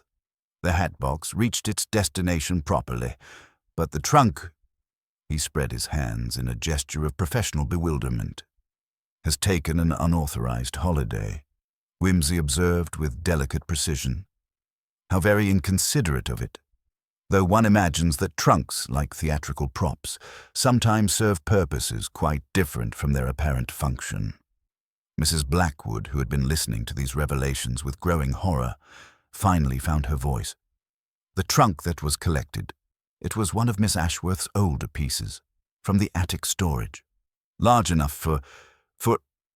Her voice faltered as the implication struck her with devastating force. "For a lady of Miss Ashworth's slight proportions," Whimsy completed gently. "Yes, I rather suspected as much. Our friend possesses a practical understanding of logistics that extends well beyond the mere removal of valuable silver." At this moment, Constable Higgins appeared in the doorway, bearing an evidence bag with the sort of ceremonial gravity typically reserved for the presentation of crown jewels. Inspector Purkis at the Seahawk found these items concealed in Jeb's room after his departure, hidden beneath the mattress, wrapped in oiled cloth. The bag yielded its secrets with devastating eloquence. A set of lock picks bearing the patina of professional use, a small vial of chloral hydrate labeled by a Portsmouth chemist, and several pieces of Miss Ashworth's Georgian silver, showing fresh scratches where hallmarks had been carefully obliterated. Chloral hydrate, Whimsy noted with grim satisfaction. The gentleman's anesthetic of choice for ensuring cooperative patience during architectural modifications. Colorless, nearly tasteless when properly diluted, and quite effective for rendering elderly ladies unconscious while more permanent arrangements are completed. Blackthornne consulted his notes with professional precision. The shepherd's hut was abandoned on the 27th, but the occupant left behind a maritime chart of the Devon coast, train timetables, and what appears to be a receipt from Harrods for a lady's travelling trunk of considerable dimensions. "How thoughtfully comprehensive," Whimsy murmured, his pale eyes brightening with the sort of dangerous interest that made experienced criminals contemplate the benefits of immediate confession. "Our friend has demonstrated remarkable foresight in matters of both concealment and transportation." The wind outside rose to a howl that made the ancient manor shudder, and somewhere in the depths of the house the rewired bell chimed with the sort of plaintive insistence that suggested mechanical systems responding to atmospheric pressure rather than human summons. But Whimsy's attention had been caught by something far more significant than meteorological effects on domestic mechanisms. "Mrs. Blackwood," he said with infinite gentleness, "when you heard the sounds from the morning room on that final evening, the heavy scraping, the careful hammering, did they originate from within the wall cavity itself?" The housekeeper's face went ashen as memory reconstructed itself with horrible clarity. "Yes, my lord. From inside the wall, a scraping sound, then a heavy thud, then the hammering, very quiet and careful, as if someone was trying not to be overheard." "Precisely," Whimsy confirmed, his voice gaining a quiet intensity that made even Inspector Bradshaw pause in his note-taking. the sounds of a man completing the most crucial phase of his theatrical production, not merely concealing evidence, but creating a performance that would satisfy multiple audiences while obscuring the true nature of his crime. He moved to examine the exposed cavity once more, his fingers tracing the rough edges where the paneling had been removed. Consider the ingenuity required, the careful planning, the understanding of human psychology. Our friend needed to ensure Miss Ashworth's silence. Yes, but he also needed to create a narrative that would satisfy the authorities' need for resolution while protecting his own identity and securing his profits. The implications hung in the air like incense in a cathedral, heavy, pervasive, and impossible to ignore. Outside, the storm continued its assault on the ancient manor, but the real tempest was gathering within the morning room itself, where the accumulated evidence was beginning to reveal a crime of far greater sophistication than anyone had yet imagined. The yawl without lights, Whimsy continued thoughtfully, represents our friend's final theatrical gesture. A carefully orchestrated diversion designed to send the authorities chasing phantoms while he completes his arrangements through entirely different means. A man who understands the principles of misdirection would ensure that his apparent escape was observed in precisely the manner most likely to mislead his pursuers. Inspector Bradshaw looked up from his notebook with the first stirrings of doubt. "You suggest the sighting was deliberate deception?" "I suggest," Whimsy replied with the sort of gentle authority that made contradiction seem both impossible and ungentlemanly, "that we are dealing with a mind capable of orchestrating multiple deceptions simultaneously. The question now is not where our friend has gone, but where he intends to reappear and in what guise his next performance will be conducted." As if summoned by his words, the sound of wheels on gravel announced yet another arrival, this one proceeding with the sort of urgent haste that suggested news of considerable import. Through the rain-streaked windows, they observed a figure emerging from what appeared to be an official vehicle, moving with the purposeful efficiency that marked representatives of His Majesty's government on urgent business. "It appears," Whimsy observed with quiet satisfaction, "that our evening of revelations is approaching its climactic phase. I suspect we are about to receive intelligence that will illuminate the true scope of our friend's theatrical ambitions." The wind chose that moment to send a particularly violent gust against the windows, and the rewired bell began to chime with renewed insistence. But now its meaning had become chillingly clear. Not a summons from the dead, but the final echo of a deception so elaborate that its full implications were only beginning to reveal themselves. The game was entering its most dangerous phase, where the careful reconstruction of evidence would give way to the more perilous business of confronting a criminal whose talents extended far beyond simple murder, and whose final performance might prove the most deadly of all. The official vehicle proved to contain Detective Inspector Charles Parker of Scotland Yard, whose unexpected arrival at such an hour immediately transformed the evening's revelations from a matter of local concern to one requiring the most delicate official attention. Parker's presence, unannounced and urgent, suggested that their elusive theatrical villain had attracted notice from quarters considerably more elevated than the Devon Constabulary. "Peter," Parker greeted, his voice carrying that particular note of resigned affection reserved for friends whose talent for discovering complex mysteries exceeded all reasonable bounds. "I rather suspected I'd find you knee-deep in something suitably Byzantine. The Yard received some rather interesting communications this afternoon that seemed to bear your distinctive fingerprints." Whimsy's pale eyes brightened with genuine pleasure at his friend's arrival. "Charles, how delightfully providential. I was just beginning to suspect that our theatrical friend possessed talents extending considerably beyond the mere manipulation of domestic silver and morning-room acoustics. Pray tell what august authorities have taken notice of our humble seaside melodrama." Parker produced a leather dispatch case with the sort of methodical precision that made Inspector Bradshaw's notebook seem suddenly provincial. "The General Post Office, for one."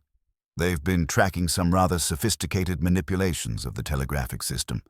It appears your Mr. Jebb, or Sykes, as he's variously known, has been conducting a masterclass in systematic deception through His Majesty's communications network.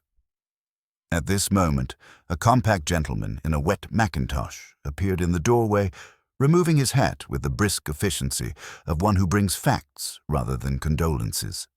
He introduced himself as Mr. Catamole of the General Post Office, Western District, whose unassuming title sat oddly upon a man whose eyes possessed the unadorned clarity of a precision instrument. "Gentlemen," Catamole announced, producing a manila envelope with ceremonial gravity, "I'm obliged to intrude at such an hour, but there are matters of telegraphic record that illuminate this business most remarkably. Your Mr. Jebb has been conducting what I can only describe as an orchestral performance using the public communications system as his instrument." The envelope yielded its secrets with devastating eloquence. Telegraph forms, operators' memoranda in precise pencil, and a small folded map with locations underlined in firm administrative blue. Mrs. Blackwood's face assumed that particular shade of gray that suggested the mind attempting to rearrange uncomfortable furniture into more acceptable patterns. On the 25th of July, Catamole began with the measured precision of a man reading his morning Times. A telegram was filed at the Saltmere office in the name of Miss Cordelia Ashworth, addressed to Mrs. Godfrey at the Crescent Hotel, Bath. "Arrive late afternoon. 26 stop kindly reserve. South room, stop Cordelia." The message was paid for in cash at 12 minutes past 2, florins and a shilling. The operator, Miss Venn, noted that a gloved hand slid the form beneath the grill, and the voice requesting haste was distinctly masculine. "The south room," Whimsy murmured appreciatively, "which commands the little square where omnibuses discharge their passengers. Most convenient for establishing alibis through casual observation. Pray continue, Mr. Catamole." An hour later, a trunk call was placed from the Seahawk Inn to Hollis & Son. The caller identified himself as Mrs. Blackwood of Greycroft Manor, requesting immediate collection of luggage for Bath. Miss Venn, who handled the connection, remarked upon the caller's diction, educated but with what she described as a sailor's way of clipping the ends off words. She is engaged to a Coast Guard man and considers herself knowledgeable in such matters. Parker consulted his own notes with professional satisfaction, which brings us to the most illuminating communication of all. On the morning of the 26th, a long-distance call was placed to London. Regent Exchange, connecting to Mortimer and Dale, scenic engineers and theatrical outfitters in Pimlico.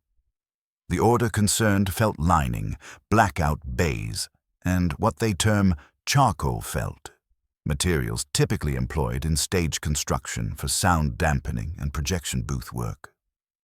"Scenic engineers," Whimsy repeated with delicate pleasure. "How perfectly appropriate for our morning room melodrama. One begins to appreciate the true scope of our friend's theatrical ambitions." Mrs. Blackwood's carefully maintained composure finally cracked entirely. "You mean, the man I thought was helping me recover the stolen silver was actually a professional of considerably broader talents than simple theft," Whimsy confirmed gently. "Parker, I assume the Yard's interest stems from more than mere admiration for elaborate domestic deception?" "Indeed," Parker replied, producing a photograph from his dispatch case. "The man you know as Jebb or Sykes has been identified as Arthur Grimshaw, formerly a naval artificer discharged for embezzlement and the construction of unauthorized modifications to ship communications systems. His particular expertise involved the creation of false compartments and the manipulation of signaling equipment for illicit purposes." The photograph revealed a man of compact build and professional invisibility, whose appearance suggested the sort of methodical competence that made him forgettable to casual observers, while rendering him invaluable to those requiring specialized services of a questionable nature. "A naval artificer," Whimsy observed, his understanding deepening with each revelation. That explains the sophisticated rewiring of the bell system, the acoustic dampening in the wall cavity, and the general technical proficiency. Our friend was merely applying his professional training to a new theatrical venue. Bunter, who had been examining the bell mechanism with renewed interest, approached with that deferential discretion that made his observations seem like natural phenomena. "If I might observe, my lord, the construction techniques employed in the wall modification are entirely consistent with naval compartment work. The felt lining, the charcoal padding, the precise fitting all speak of someone trained in the creation of concealed spaces aboard ship." "Excellent, Bunter," and the trunk that disappeared so mysteriously from the railway goods yard. "Would have been child's play for a man of Grimshaw's expertise," Parker confirmed. "Naval artificers are trained in the construction of secret compartments for the concealment of valuable or sensitive materials. Miss Ashworth's old steamer trunk, with its existing hidden compartment, would have provided the perfect vehicle for transporting evidence that required discreet handling.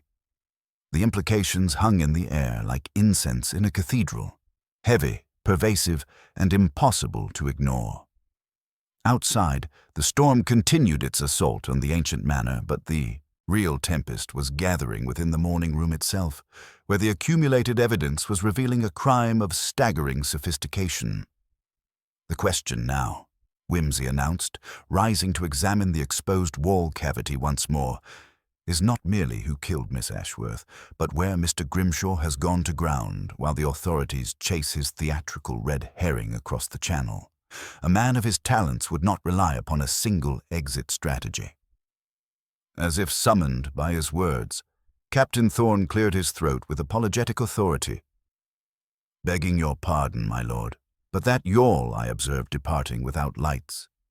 I've had word from the harbour master at Clovelly.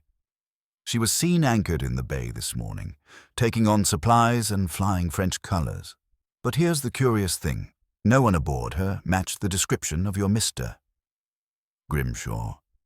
"Of course not," Whimsy replied with quiet satisfaction. "The yawl was merely the final act of his theatrical performance, a carefully orchestrated diversion designed to send the authorities pursuing phantoms while he completed his actual arrangements through entirely different means. A man who can forge telegrams, manipulate communication systems, and orchestrate murder with such precision would hardly rely upon such an obvious escape route." The wind chose that moment to send a particularly violent gust against the windows, and the rewired bell began to chime with mechanical persistence. But now its meaning had become chillingly clear, not merely the echo of past deception, but the herald of revelations yet to come. "I believe, gentlemen," Whimsy continued, his pale eyes fixed on something beyond the rain-streaked windows, "that we are about to discover that Mr. Grimshaw's performance is not quite concluded. A man of such theatrical sensibilities would hardly resist the temptation to observe the audience's reaction to his masterpiece. The question is, in what guise will he make his final appearance?" The game was entering its most dangerous phase, where the careful reconstruction of evidence would give way to the perilous business of confronting a master of deception whose next performance might prove the most deadly of all. The official revelations concerning Arthur Grimshaw's naval background cast the evening's discoveries in an entirely new light, transforming what had appeared to be an elaborate but ultimately comprehensible crime into something approaching a masterpiece of systematic deception. Whimsy found himself contemplating not merely the mechanics of murder, but the psychology of a mind capable of orchestrating such theatrical complexity while maintaining the appearance of mundane respectability. Parker's methodical examination of the telegraphic evidence revealed a precision that spoke of military training applied to criminal enterprise. "The timing is remarkable, Peter," he observed, consulting Catamole's meticulous records. "The telegram filed at 12 minutes past 2, the trunk call placed at 3 precisely, the collection arranged for 4:20. Each element calculated to create an unbreakable chain of apparent authenticity." "Indeed," Whimsy murmured, his pale eyes fixed on the exposed wall cavity with renewed understanding. "Our Mr. Grimshaw possesses that peculiar naval virtue of understanding that successful deception requires not merely ingenuity, but absolute precision in execution. Consider the sophistication required. He needed to forge Miss Ashworth's handwriting convincingly enough to deceive her banker, manipulate the telegraphic system without arousing official suspicion, and create physical evidence that would satisfy both casual observation and forensic examination. Mrs. Blackwood, who had been listening to these revelations with growing horror, finally found her voice. "But surely, my lord, such elaborate preparations would require weeks, perhaps months, of observation and planning." "Precisely, Mrs. Blackwood, which brings us to the most disturbing aspect of this entire business." Wimsey moved to examine the bell mechanism once more, his fingers tracing the sophisticated rewiring that had transformed the morning room summons into a library call. "Mr. Grimshaw did not simply take advantage of your desperate situation. He created it. The systematic theft that drove you to desperation, the escalating pressure that made you vulnerable to his suggestions, even the timing of Mr. Blackthorne's investigation, all were orchestrated to provide him with the perfect opportunity to eliminate Miss Ashworth while ensuring that suspicion would fall upon others. The implications of this revelation settled over the room like a shroud. Outside, the storm continued its assault on the ancient manor, but the real tempest was gathering within the morning room itself, where the accumulated evidence was revealing a crime of staggering premeditation and psychological manipulation. Blackthornne consulted his notes with professional precision. The shepherd's hut was occupied from early July, providing perfect surveillance of the manor's daily routines. The occupant was described as methodical, walking the cliff path each morning with field glasses, always polite when encountered. A naturalist, they said, studying coastal birds. Studying domestic habits, more likely, Inspector Bradshaw interjected grimly. Learning the household schedules, identifying vulnerabilities, preparing his theatrical performance. Wimsey nodded approvingly. "Exactly so, Inspector. But consider the psychological sophistication required. Grimshaw needed to understand not merely the physical layout of the house and the daily routines of its occupants, but the complex web of relationships, resentments, and vulnerabilities that would allow him to manipulate multiple individuals simultaneously." At this moment, Bunter approached with the sort of deferential urgency that suggested discoveries of considerable import. "My lord, if I might direct your attention to this receipt discovered in the shepherd's hut.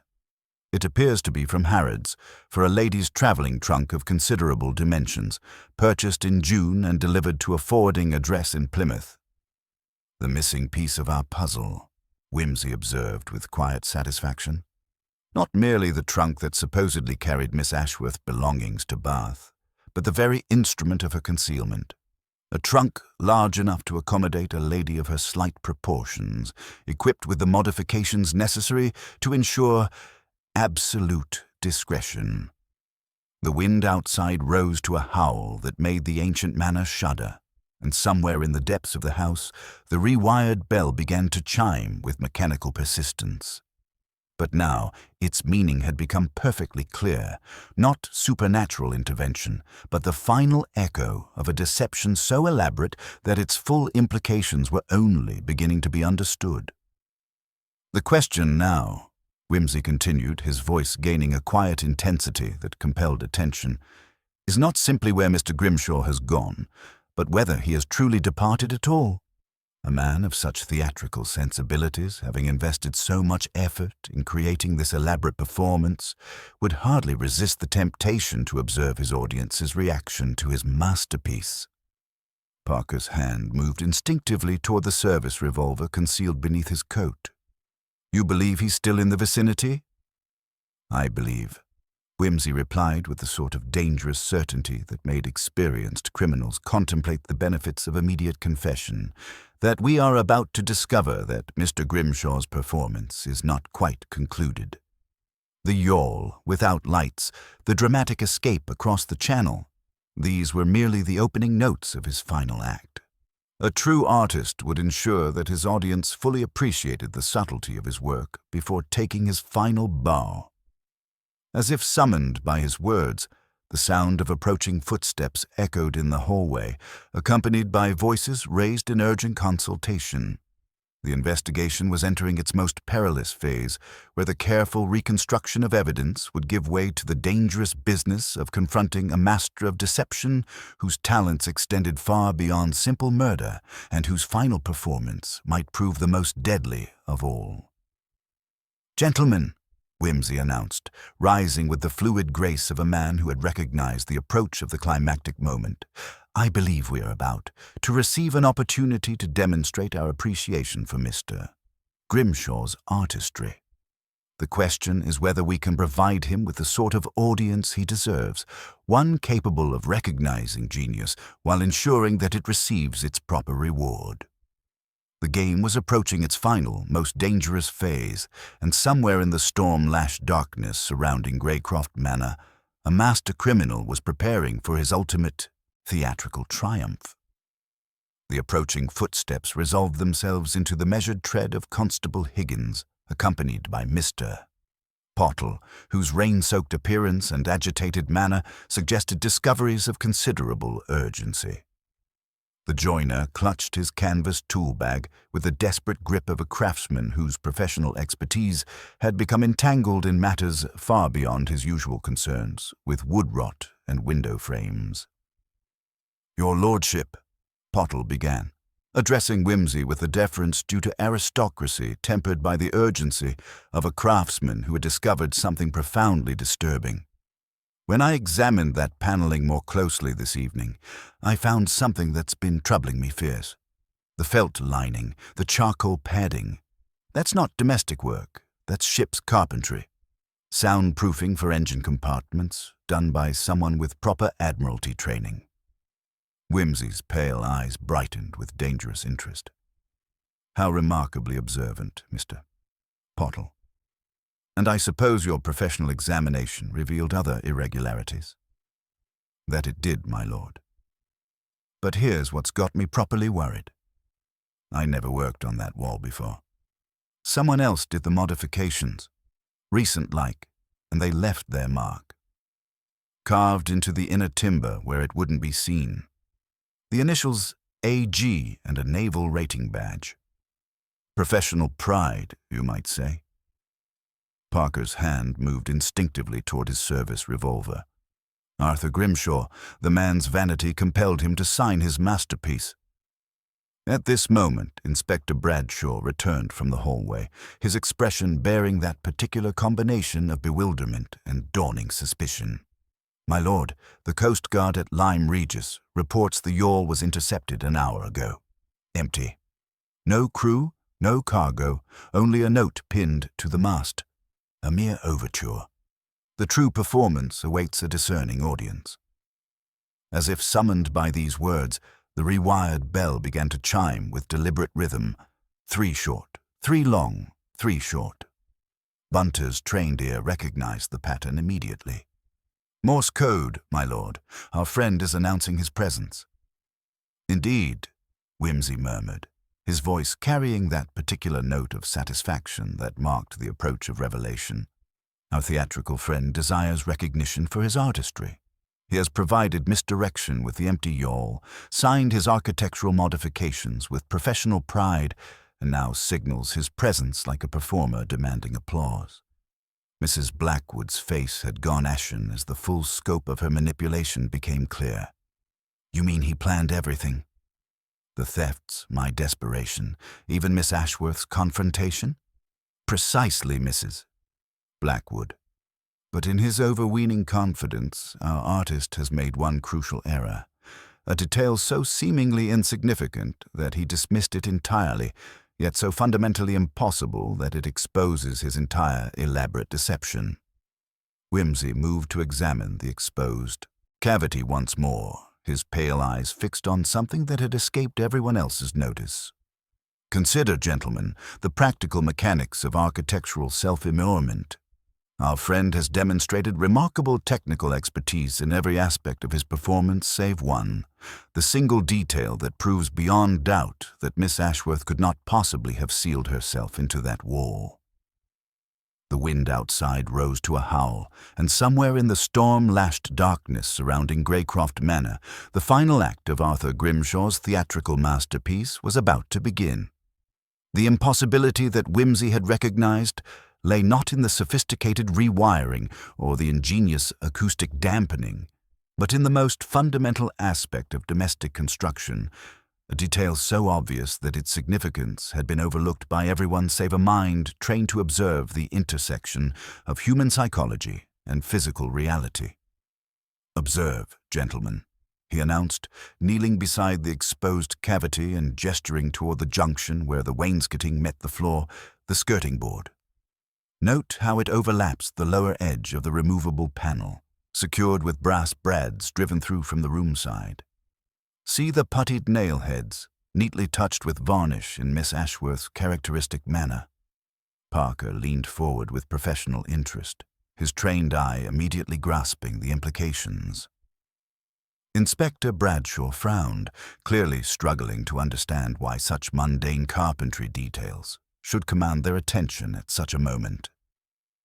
"The skirting must be set first if one wishes to hide the joints properly," Pottle confirmed with gloomy satisfaction.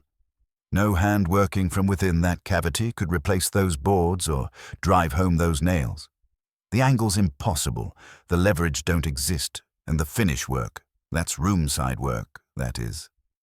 "Precisely," Whimsy continued, his pale eyes reflecting the sort of intellectual satisfaction that comes from recognizing the fatal flaw in an otherwise flawless performance. "Ah, Mr. Grimshaw, for all his technical expertise and theatrical imagination, forgot that propriety and decoration can be as merciless as mathematics. Miss Ashworth, whatever her desperate circumstances, could not possibly have sealed herself into that cavity. The final securing of her prison was accomplished by someone standing precisely where we are standing now." Mrs. Blackwood's face had gone ashen as the full scope of her manipulation became clear. "You mean he never intended to help me recover the stolen silver? He wanted me to be caught, to provide the perfect suspect." "I'm afraid so, Mrs. Blackwood," Whimsy replied with infinite gentleness. "Your desperation provided him with ideal cover for his activities. While you believed you were engaged in simple theft recovery, he was conducting systematic surveillance, learning household routines, and preparing his elaborate deception. Your guilt made you the perfect, unwitting accomplice. Someone whose presence could be explained, whose access was unquestioned, and whose eventual discovery would satisfy the authorities' need for a culprit. The implications settled over the room like incense in a cathedral, heavy, pervasive, and impossible to ignore. Outside, the storm continued its assault on the ancient manor, but the real tempest was gathering within, where the accumulated evidence was revealing not merely murder, but a performance of staggering psychological complexity. At this moment, the rewired bell began to speak again. 3 short, 3 long, 3 short. Cleaner now, as if a hand had found the proper wire. Whimsy tilted his head, listening with the sort of professional attention that a musician might display toward a distant orchestra. "Not the pull, Bunter," he observed quietly. "The wire itself is being plucked. Feel the tremor along the run above the pantry door. Our friend has grown impatient with our slow appreciation of his artistry." Bunter vanished with characteristic efficiency, returning within moments with news that confirmed Whimsy's deduction. Fresh soot smudged on the library and morning room bell wires, my lord, and faint scrape marks on the junction box. Someone has been testing the connections with a blade. The access point is above the servants' corridor, behind the cistern landing. "A naval man would choose a damp corner," Parker muttered, his hand moving instinctively toward his service revolver, the sound of his movements masked by the water overflow. "Indeed," Whimsy agreed, rising with the fluid grace of a man who had recognized the approach of the climactic moment. Our theatrical friend has remained in the vicinity to observe his audience's reaction to his masterpiece, and his vanity has finally compelled him to announce his presence. The question now is whether he intends this to be his triumph or his final bow. The sound of careful footsteps echoed from somewhere deep within the manor, accompanied by what might have been the deliberate opening and closing of doors. Someone was moving through the house with the confidence of intimate familiarity, no longer concerned with concealment, but rather with ensuring that his presence was properly appreciated. "Bradshaw," Whimsy instructed with quiet authority, "be good enough to position men at the area steps and in the scullery yard. Captain Thorne, if you would oblige us by watching the cliff gate. Parker, Bunter, and I will investigate our friend's current location." As they prepared to ascend the narrow servants' stairs, Whimsy paused to address Mrs. Blackwood with the sort of compassionate understanding that made confession seem like absolution.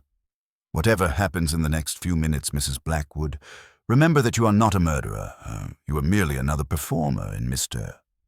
Grimshaw's elaborate theatrical production, a victim of his psychological manipulation rather than an accomplice to his crimes." The house seemed to hold its breath as they climbed, the narrow back stairs redolent with the scent of soap and damp wood. Somewhere above them, Arthur Grimshaw was preparing for his final performance, and the question that remained was whether his audience possessed the wit and courage to survive his ultimate act of artistic expression. The game was entering its most dangerous phase, where the careful reconstruction of evidence would give way to the deadly business of confronting a master of deception whose talents had proven far more extensive and far more deadly than anyone had initially imagined. The narrow servants' stairs creaked beneath their weight with the sort of deliberate protest that suggested someone above was no longer concerned with concealment. As they ascended, the scent of damp plaster and old soap gave way to something more ominous, the metallic tang of tension that precedes a storm's final fury. Bunter's trained eye followed the faint tremor in the bell wire that ran along the wall, noting how it quivered with mechanical precision rather than atmospheric disturbance. They emerged onto the cistern landing, where the water tank sweated against the brick like some patient beast awaiting its moment. In the cramped space beyond, illuminated by a shaft of lamplight from the small dormer window, Arthur Grimshaw awaited them with the composed indifference of a sailor measuring weather. He was precisely as Whimsy had envisioned, compact, forgettable, with those telltale stiff fingers and the anchor tattooed blue upon his wrist. His naval bearing remained evident despite his criminal enterprises, and his eyes held the sort of professional assessment that marked a man accustomed to calculating odds and distances. "Lord Peter Whimsy," Grimshaw acknowledged with genuine courtesy, as if greeting a respected colleague rather than his nemesis. "Your reconstruction of events has been most thorough. I confess myself impressed by your appreciation for the theatrical complexities involved." "Your artistry was indeed remarkable, Mr. Grimshaw," Whimsy replied, his pale eyes fixed on the man's hands with clinical attention. The systematic manipulation of Mrs. Blackwood's desperation, the elaborate misdirection with the empty yawl, the sophisticated acoustic modifications, all demonstrated considerable imagination. Though I fear your naval training betrayed you in matters of domestic propriety. Grimshaw's smile carried genuine warmth, as if acknowledging a compliment from a fellow craftsman. The skirting board, naturally. A detail so mundane that I dismissed it entirely. In naval construction, such niceties are irrelevant. Function supersedes appearance. I failed to appreciate that domestic work requires different standards. Precisely. Whimsy continued with that peculiar combination of admiration and regret that marked his encounters with criminal genius. No hand working from within that cavity could have secured those brass brads, driven the puttied nail heads, or applied the careful varnish finish. The final sealing of Miss Ashworth's prison was accomplished by someone standing precisely where we stood in the morning room. Parker's hand remained steady on his service revolver, though his voice carried professional courtesy. Arthur Grimshaw, I arrest you for the murder of Miss Cordelia Ashworth. You are not obliged to say anything, but anything you do say will be taken down and may be used in evidence." "Naturally," Grimshaw replied with equanimity, "though I trust you'll permit me to complete my explanation." Lord Peter's reconstruction, while admirably thorough, omitted certain psychological subtleties that might interest a mind of his caliber. The wind outside seemed to pause, as if the very elements were waiting for the final revelation. When Grimshaw spoke again, his voice carried the weight of long-nursed grievance transformed into meticulous revenge. "Miss Ashworth dismissed me from her service 15 years ago, when I was employed as a carpenter following my naval discharge. She accused me of theft, accurately, I'm afraid, and ensured that I could find no similar employment in the district. My subsequent career in more questionable enterprises began with her moral certainty and her influence with local employers." "Revenge," Whimsy observed with quiet understanding, dressed in the elaborate costume of perfect crime. "You invested months in creating a performance that would satisfy your need for artistic expression while eliminating the woman who had destroyed your respectable career. The theft that drove Mrs. Blackwood to desperation, the pressure that made young Geoffrey appear suspicious, even the timing of Mr. Blackthornne's investigation, all were orchestrated to provide multiple suspects and perfect cover," Grimshaw confirmed with satisfaction, "though I confess the pleasure was somewhat diminished by the necessity of involving innocent parties in my deception." At this moment, Grimshaw's eyes flicked toward the trap that gave access to the roof walk. His hand shifted, revealing a marline spike balanced with professional ease, while the other produced a small bottle and rag that carried the unmistakable scent of chloral hydrate.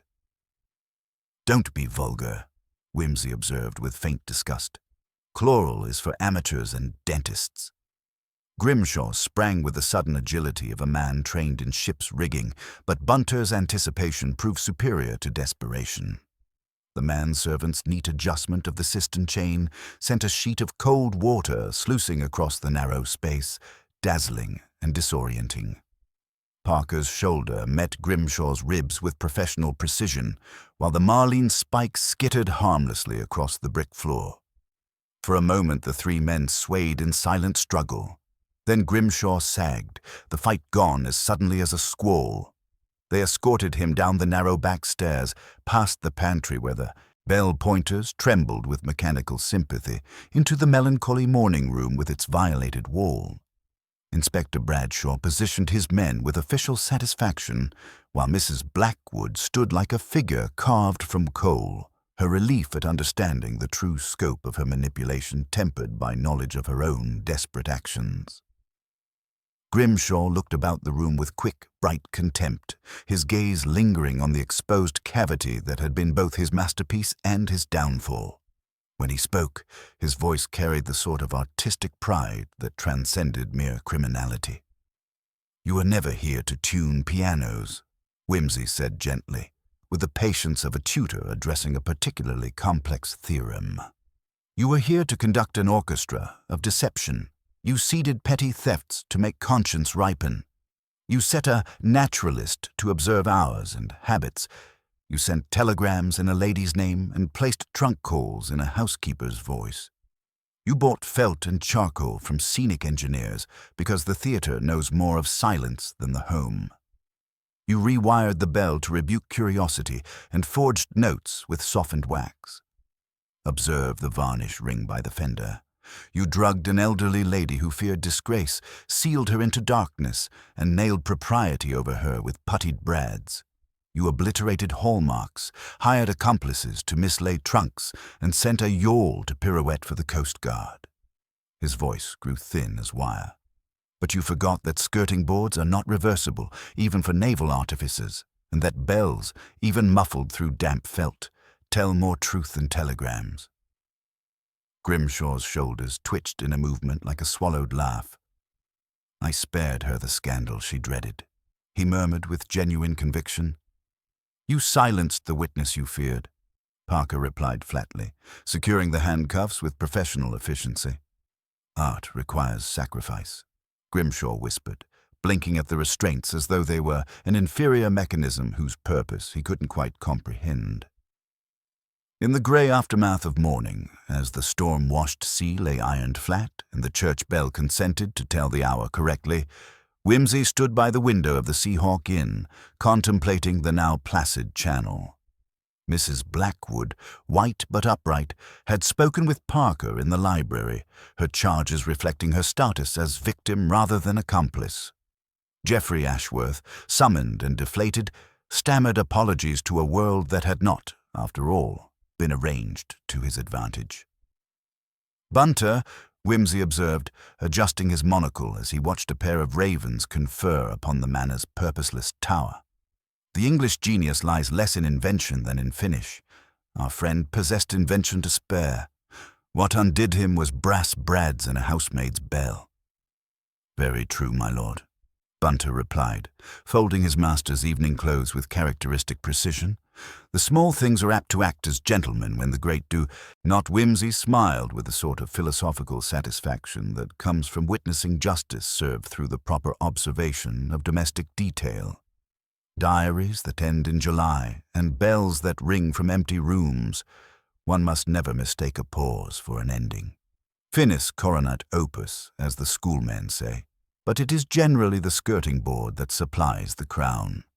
He collected his hat and stick, pausing at the door for one final observation. "Let us leave Saltmere to its silver polish and proper hours. Bunter. There is a commendable honesty in tea taken at the right time, and I find myself quite done with theatrical performances for the present.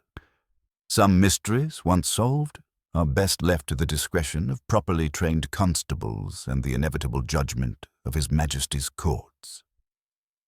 The wind chose that moment to send a final, gentle gust against the windows, and somewhere in the distance the rewired bell chimed once more. Not with mechanical persistence or supernatural significance, but with the sort of resigned finality that suggested the restoration of proper domestic order after the conclusion of an elaborate and deadly performance.